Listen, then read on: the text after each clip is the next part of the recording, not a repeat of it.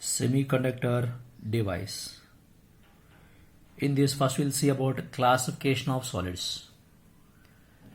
Based on how current is flowing through the materials, that what you call conductivity, the materials are divided into three types: conductors, insulators and semiconductors. First we'll see about conductors. Conductors means the materials which are allow electrical current freely through them. Those are called conductors.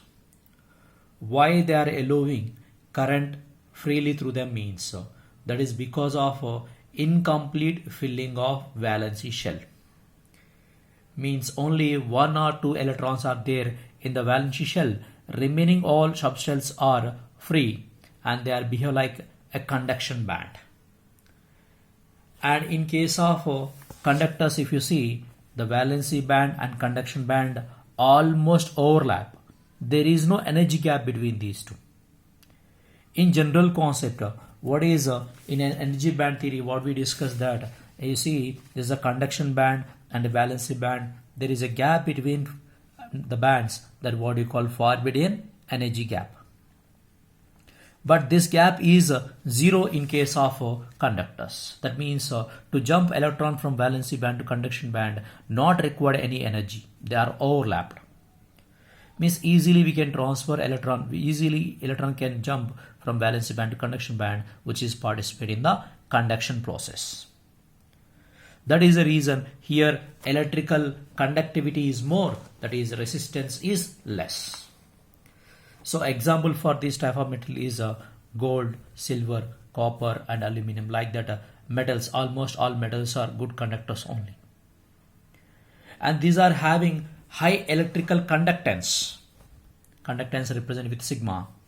And low electrical resistance. Resistance is order of 10 power minus 2 to 10 power minus 8 ohm meter. This is a unit of resistivity. And conductivity represented with sigma. Its value 10 power 2 to 10 power 8. These two are reciprocal. So you see 10 power minus 2, 1, if you make 1 by, you get 10 power 2 like that. S represent Simon. Simon meter inverse. That is, Simon is unit of conductance. Simon meter inverse. Ohm is unit of resistance. Ohm meter. And these conductors have positive temperature coefficient of resistance. What is the meaning of positive temperature coefficient? Temperature of the material increases, then resistance, thermal resistance or electrical resistance also increases. For example, if you take suppose in expansion of solids, we write like this, that is change in length of the metal rod is equal to initial length into alpha delta T, where alpha is linear expansion coefficient. Similarly, for resistance also, delta R is equal to initial resistance. You can think initial resistance at 0 degrees centigrade, R naught, into alpha, change in temperature. Initial temperature is 0 degrees centigrade. And finally, you can take T degrees centigrade. Then what you can write? T minus 0. Delta T is T minus 0. You get T only. What is delta R? Final resistance at T degrees minus initial resistance is at 0 degrees is equal to R naught alpha T. From this, we can calculate RT is equal to, send this R naught the other side and take common. R naught into 1 plus alpha T. This is just like equation like a linear expansion coefficient, linear expansion only. So, if temperature increases, resistance also increases. So here the resistance of the conductor changes according to this equation, that is RT is equal to R naught into 1 plus alpha T. What is R naught? Resistance at 0 degrees, and alpha is temperature coefficient of resistance. Why resistance of the conductors increases on increasing temperature means, suppose if you take a conductor which is having number of free electrons, because of free electron motion only we get current. But on increasing temperature, these electron motion become random, more random. Because of random motion, it take collision with the neighbor electrons and atoms more when compared to previous case. On increasing temperature, random collision increases. Because of random collision, it offers more resistance. More number of collisions, more resistance we get. So temperature increases and then resistance of the conductor increases. So it has positive temperature coefficient. Now about bands. We already discussed about conduction band and valency band. These two are overlap each other. There is no gap between these two bands, conduction band and valency band. It is easy to send electron from here to there without applying any energy, easily pass.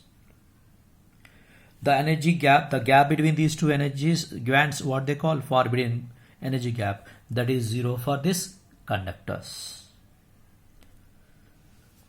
And now we'll see about insulators. Insulators which are strictly oppose the flow of electric current, those are called insulators. Example, glass, mica, quartz, ebonite, like this we have. And why these materials are opposing electrical flow means, so these materials outermost orbit completely filled. Outermost orbit completely filled, those electrons are tightly bound with the nucleus. So due to that, it is difficult to remove electron from those shells. That is, in valency shell, it is difficult to remove electron. When we get electrical flow, when electron jumps from valency band to conduction band, then only it is possible. But that process is difficult here. Reason, if you check the band gap between conduction band and valency band, and almost up to 6 electron volt is there. Actually, in case of conductors, this gap is not there. These are both are overlap each other. There is no energy gap, but here huge energy gap is there. Due to that, we need huge amount of energy to jump electron from valency band to conduction band. It is difficult to send electron from here to there. So conduction is very less. That means resistance is high.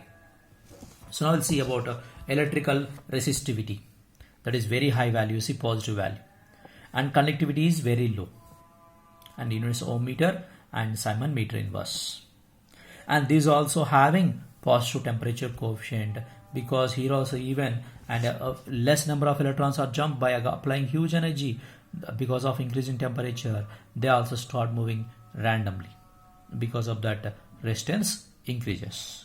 So insulators also have positive temperature coefficient, but resistance value is very high here.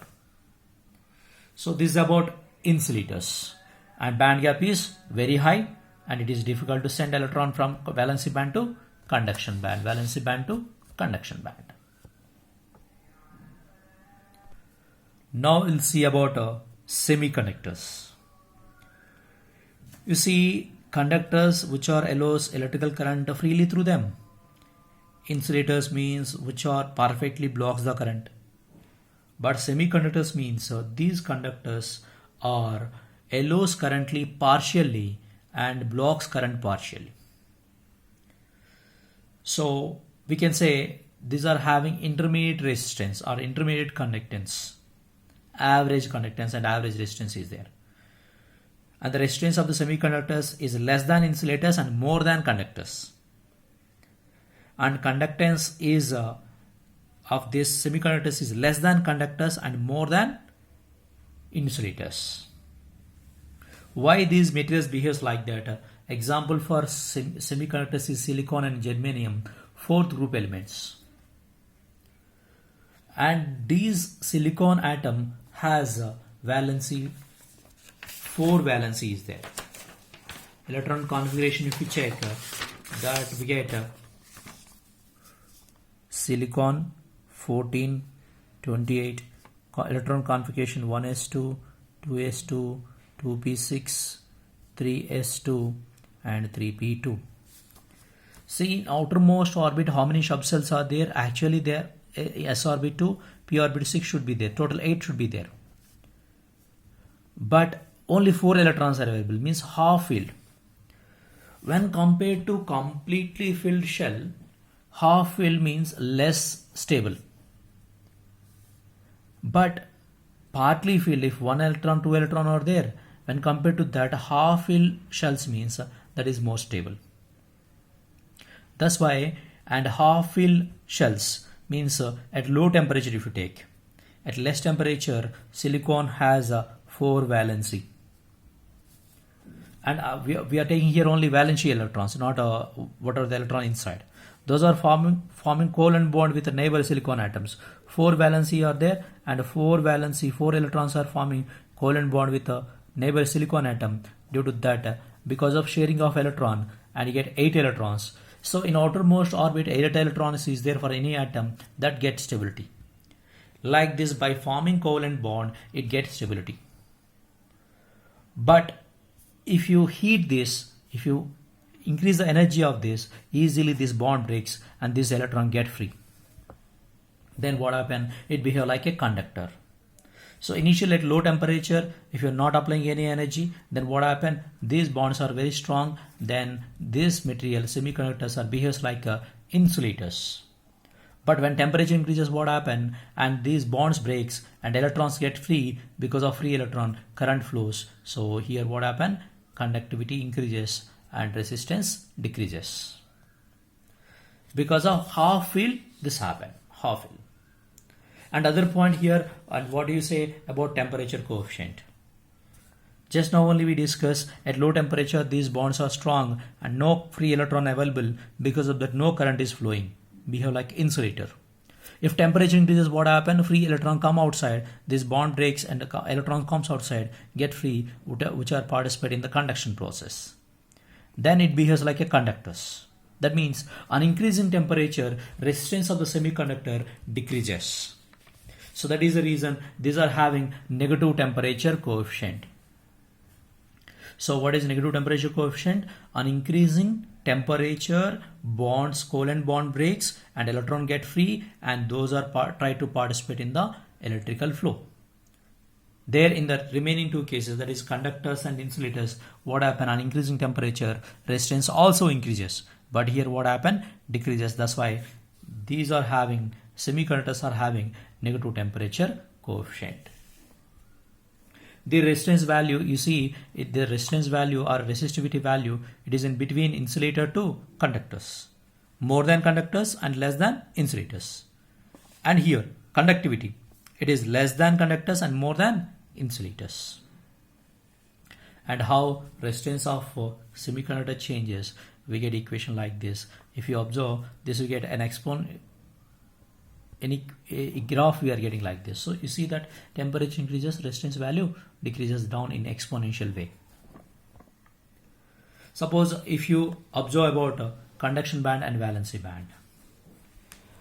Of course, conduction band and valency band are separated, but this gap is not like insulators. Insulators, we have a gap of forbidden energy gap of 6 electron volt. But this here, it has less than that, less than 1 electron volt is there.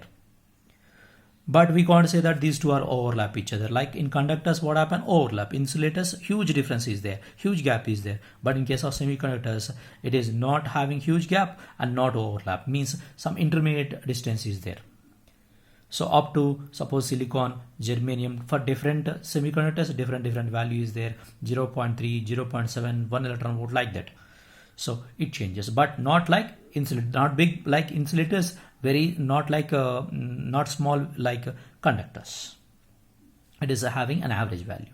Semiconductor, the name only we have, that is half property. So these are having average resistance, average conductance, and energy gap also, and we have average energy gap, not like insulator, not like conductors. That is about semiconductors. Again, semiconductors are divided into two types that we'll see. So those are intrinsic semiconductor or pure form of semiconductor. Silicon, germanium example for semiconductors. Only if you take pure form of silicon and germanium, those are called intrinsic semiconductor. If you add some impurity into that what you call extrinsic semiconductors, impure form of semiconductors.